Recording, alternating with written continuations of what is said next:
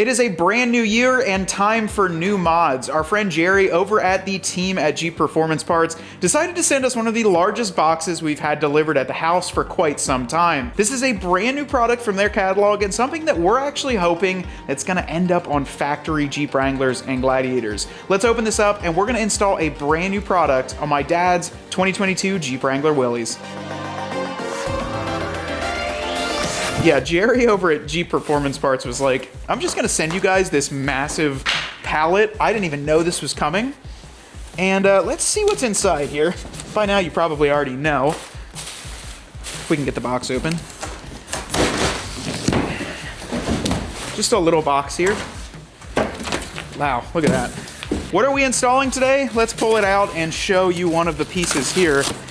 Because this product, I've not seen, it's basically like, it's like the most rare product online. No one even really knows they exist. That's half the reason Jeep sent us these, was to install them for you. But first, we've got to get them out of their very protective coating. It's one thing you'll learn from Jeep Performance Parts. Everything gets like very well protected in shipping. Let's check this out, Ryan. Boom. That is a rear fender. We are installing the Mopar high top steel fender flares. Check these out, guys. Here's the front flares. Look at these things. They don't have the front turn signals on, but they almost look like, Ryan, you wouldn't even need them. Like, I mean, obviously you need turn signals on your Jeep, but check out the width of them too. Really good for tire coverage. These remind me of just a super solid flare here. Tons of coverage on the back, tube on the exterior, really well. You can see when it gets to a Mopar part, everything is dimpled. You see that? All dimpled, all pressed in, everything's in there the proper way. Well, if you guys wanted to take a closer look at these, we really wanted to test these out because we've been seeing them all over the place. These were at SEMA, they were at all the Jeep shows, they were on their Project Blueprint, the Commando Jeep, and a lot of their concept vehicles. Now, if you didn't know, like in fact we didn't until a few months ago, you can order these from your local dealership or online through Jeep Performance Parts. They're available for the Wrangler, like we're gonna be installing today, as well as the Jeep Gladiator. And they're only available right now for the JL and JT. I don't know if they have any ideas to take it back to the JK or any previous years. Now, what these are gonna do is essentially replace the stock fender flares on your Jeep Wrangler or Gladiator. In factory form, your stock fender flares are plastic. They're not really too durable. They do a good job of covering up the fender. However, if you're looking to increase your tire size, these are not only going to be able to give you a more rigid steel structure, but they are also going to allow your wheel well to be opened up a whole heck of a lot more. Something online, I think you can actually run these with almost a 37 with just the stock Rubicon suspension. This is going to increase your up travel of the tire and give you a lot more of an open wheel well area. What I really like about it too is in Pennsylvania, you guys know I love wide fender flares. Either way, in Pennsylvania and a lot of other states, you want to cover your tires, and these are going to do so. So these are going to cover your tires pretty well, depending on the back spacing that you've got. But I'm curious to see how this looks with the Extreme Recon and all that on here. We're super grateful for Jeep Performance Parts sending us these and allowing us to show them off on the internet because practically no content at all out there. Now, before we get started ripping off our factory fender flares, there is a reason that we have two sets of these high top fender flares for the Jeep JL. For the month of January 2026, we're actually going to be giving you the opportunity to win your own set. Stay tuned to the end of the video. We'll give full details. Of course, no purchase is necessary, but just wanted to let you guys know that there's a reason there's two giant boxes set up. I've got a couple bolts removed and a couple of those push tabs, and we're going to yank these off. We do need to keep some of the bits, so we've kept all the bolts that go there, and then we're also going to be removing the factory LED turn signal. That is a key point to this. You have to have the LED factory turn signals to go into the new fender flares. If you didn't have them from factory, there's a lot of different aftermarket or factory options you can pick up and then end up bolting in with the new ones, but they will not work with the sport style, which, Ryan, you remember they're like half the size of this. So you have to have the LEDs, and let's be honest, it's a good time to upgrade if you're doing these fender flares. So I've got this unbolted. This is one of my favorite parts. I just love doing this. I just absolutely love doing it. Let's see if I can give it a... Wait, hang on. I'm gonna feel it. Hang on. And am I still bolted in somewhere? Am I still bolted in? Nah, not that good. Don't rip it all too far, because you got to disconnect this, Ryan. You got to disconnect your turn signal. So you pull the little red tab out, and then push the back piece in. Don't rip it all the way out and leave that connected, then yank it all. So now we can, what is holding up right here? Did I miss a bolt? Oh yeah, I did miss one bolt. Okay. That'll do it. Make sure you remove all of the bolts before you go to pull the fender flare off, because it will come right off if all the bolts are properly removed. So the inner fender you have to pull out a little bit. There's a couple of these push pins along the edge. Pull that back, and there's gonna be 5 or 6 of these T30 Torx bolts that are securing this onto this bracket. So once you have those removed, this is free to kind of move around, and this is what we needed to pull out of it. Now we're gonna go along and make sure that all of the wiring that you can see here running, Ryan, all of this is going to be pulled off as well. I honestly was a little bit more fearful about this. I don't think we have to keep this bracket because they all come with new brackets, but we're not going to throw anything away until we're done. But yeah, that's how you pull that off. It's just 6 bolts, pop right out of here, 5 or 6 bolts, and then this can kind of move around. You could drill that out if you wanted. And then we're going to pull the wiring because we do want to keep all of this factory harness so we can put it back into our new fenders. So if you guys do an inner fender chop, you guys know, or a fender chop, you know that normally you have to trim your factory flares, get aftermarket flares. What I think is really cool that Jeep Performance Parts actually gives you these. So this is gonna be, this would be the front, this is actually for this side, check this out. So something like that, right? I think honestly, Jeep Performance Parts ought to start selling these. For guys that do the fender chop, because you lose all your inner fender. This would be great just to be able to pick up one that's already rigid and not like you're kind of trying to trim your factory one. This is really cool though, being able to have this from the factory and just bolt right back on. So now that we have that off, I'm gonna try and clean up some stuff, but we're gonna pop all of these little clips out that stay back there when you break this off. You don't need to cut these brackets off. You don't need to cut any other brackets off. We're just gonna clean some things up. I do think we have to put some rib nuts into this side, so we'll start kind of seeing what's next. Before we get to some of the flare install with the light and all that, I'm not gonna deny this. I messed up. I've installed a lot of fender flares before, and typically you have to riv nut these onto the outer shell of the fender. This is actually a bit different, and these actually get riveted onto the subframe, so the structure underneath there. Now what's really interesting about this is that in order to get to that, you can't really do that with a typical, basically with anything. I can't find another way. You have to remove the fender structure. So we're going along, removing 10 mils all throughout here. We're gonna pull, you can see how weak that is. We're gonna pull the fender off, drill those out from behind these, and then actually install them properly. Now what kind of stinks is that we're gonna have to go buy some M10 rib nuts to get this done. This is a little bit more involved here, but what I do like about this is the fact that these are now gonna be riveted and structurally stronger into that subframe. All right, so we are at a much deeper part of the install now. The entire fender skin has been removed. This does look a bit intimidating. Quite frankly, it's only 10 millimeters. The radio antenna, if you have it, if you have a 2018 to 2023, and then just a couple of brackets to unbolt. One thing we did have to do, which kind of was a shame, is we had to remove the bracket down below for the rock sliders. You'd have to do that too. And if you had factory sliders that hug the body, you'd probably have to remove the whole slider because it wouldn't give you enough clearance. Now, once we got into this point, not only did we install a dirt road CRED decal that will never be seen again, just for horsepower, but this is where you're supposed to install them, Ryan. And notice one is an oddball color because we now don't have factory rib nuts. So make sure you watch this video if you're installing so you don't waste your factory rib nuts, because we are actually using some leftovers from another install.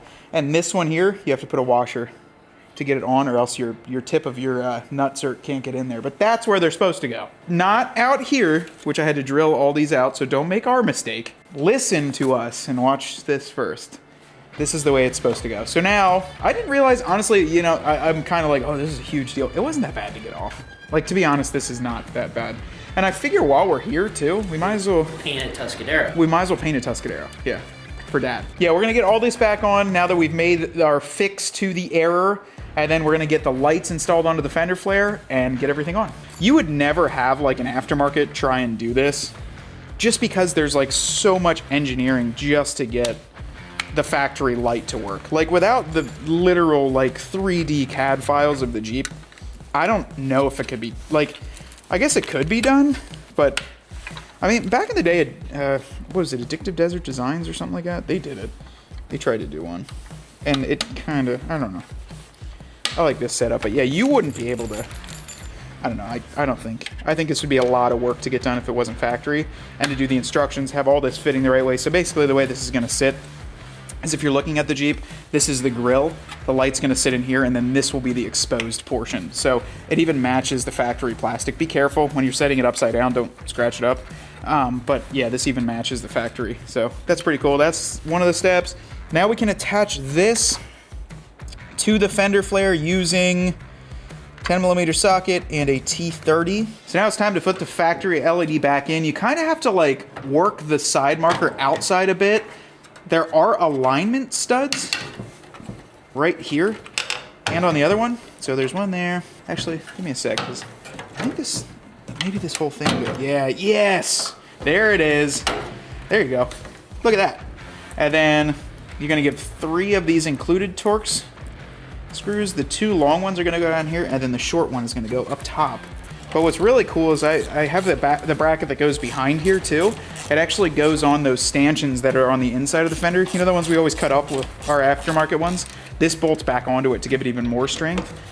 These, from what I can tell, this back one goes on that other piece too, that little standoff. So there's a lot of strength built into these. All right guys, let's try and get this somewhat on.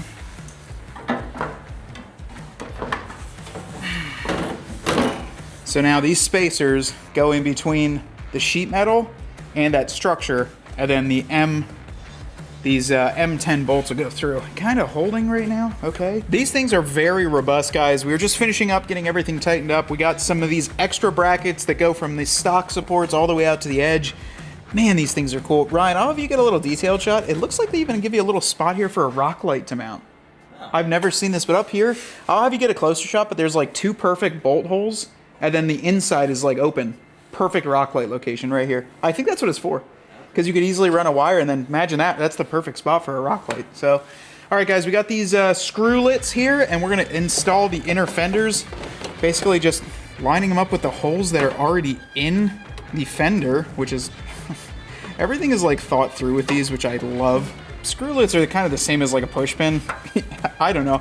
I don't think you have to screw them in. I just push them, Ryan. They're called screwlets. So the last piece to install here is the cover for the back of the LED lights. Now what's cool is the shiny side goes in, and this basically protects all the back of that. So you're just gonna pop this into place. It's a little bit tricky to see. And then use some more of those scrivets, or screw rivets, whatever they're called. There's 5 of them.